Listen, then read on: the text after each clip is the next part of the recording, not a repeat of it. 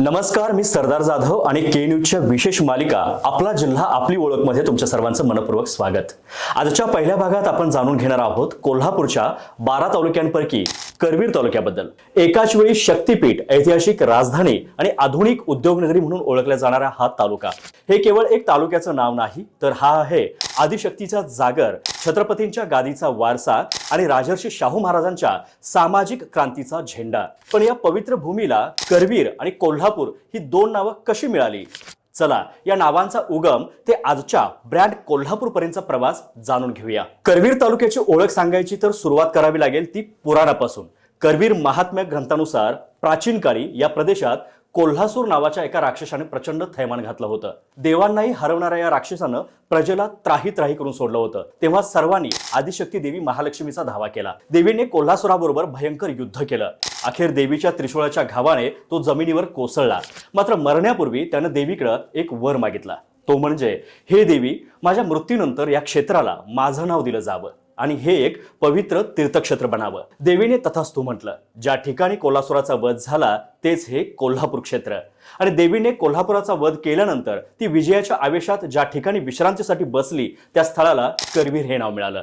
देवी स्वतः करवीर निवासिनी म्हणून ओळखली जाते। पौराणिक ओळख जपणारी ही भूमी पुढे इतिहासात एका सार्वभौम सत्तेचं केंद्र बनली। शिलाहार यादवांच्या राजवटीनंतर या मातीने खरा सुवर्णकाळ अनुभवला तो मराठा साम्राज्यात। छत्रपती शिवाजी महाराजांच्या मृत्यूनंतर आणि औरंगजेबच्या दक्षिणेतील आक्रमणाच्या काळात जेव्हा मराठा साम्राज्य धोक्यात आलं होतं, तेव्हा रणरागिणी छत्रपती ताराराणींनी परिस्थितीची सूत्र आपल्या हातात घेतली। त्यांनी अतुलनीय शौर्य दाखवलं आणि मराठीशाही टिकवली आणि पन्हाळ्याला राजधानी बनवून राज्यकारभार केला।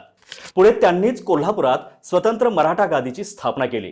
तेव्हापासून करवीर ही छत्रपतींची गादी म्हणून ओळखली जाऊ लागली आणि याच गादीवर एक असा राजा बसला ज्याने संपूर्ण भारताच्या सामाजिक इतिहासाला कलाटणी दिली। ते होते रयतेचे राजे, लोककल्याणकारी राजर्षी छत्रपती शाहू महाराज। शाहू महाराजांनी करवीर तालुक्याला आणि पर्यायाने संपूर्ण देशाला विकासाची नवी दिशा दिली। 1902 साली शासकीय नोकरांमध्ये आरक्षणाची घोषणा करून बहुजन समाजाला सत्तेत आणि प्रशासनात स्थान देणारे ते पहिले भारतीय राजे होते। प्राथमिक शिक्षण सक्तीचं आणि मोफत करून त्यांनी ज्ञानाची गंगा गोरगरिबांच्या घरापर्यंत पोहोचवली।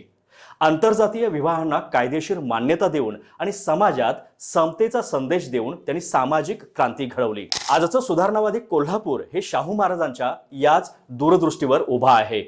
करवीर तालुका म्हणजे केवळ कोल्हापूर शहर नाही, या तालुक्यात शहराच्या भोवती एक समृद्ध ग्रामीण भागही वसलेला आहे। तालुक्याच्या केंद्रस्थानी कोल्हापूर महानगरपालिका आहे, तर सभोवताली 80हून अधिक गावांचा आणि सुमारे 76 ग्रामपंचायतींचा समावेश आहे। तालुक्याच्या ग्रामीण भागात मुख्य पीक ऊस आहे। याच ऊसापासून बनणारा कोल्हापुरी गूळ जगप्रसिद्ध आहे। कोल्हापूरला भारताचं फाउंड्री हब म्हटलं जातं। इथले इंजिनिअरिंग आणि फाउंड्री उद्योग देशाच्या अर्थव्यवस्थेत मोठे योगदान देतात। कोल्हापुरी चप्पल आणि स्त्रियांच्या गळ्यातील अभिमान असलेला कोल्हापुरी साज या हस्तकलांनी करवीरचं नाव सातासमुद्रपार नेलं आहे।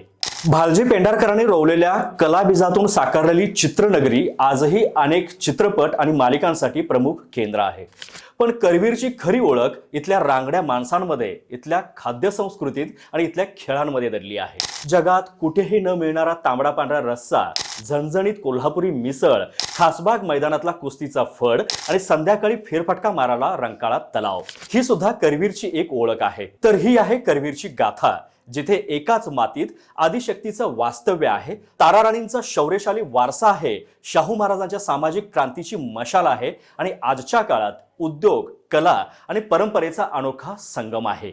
जिथे भक्ती, शक्ती, कला आणि क्रांती यांचा चतुसूत्र सन्मान होतो, तोच हा करवीर तालुका। आपलं अस्सल कोल्हापूर, आपला जिल्हा आपली ओळख मध्ये पुढच्या वेळी भेटूया एका नवीन तालुक्याच्या माहितीसह। तोपर्यंत पाहत रहा के न्यूज।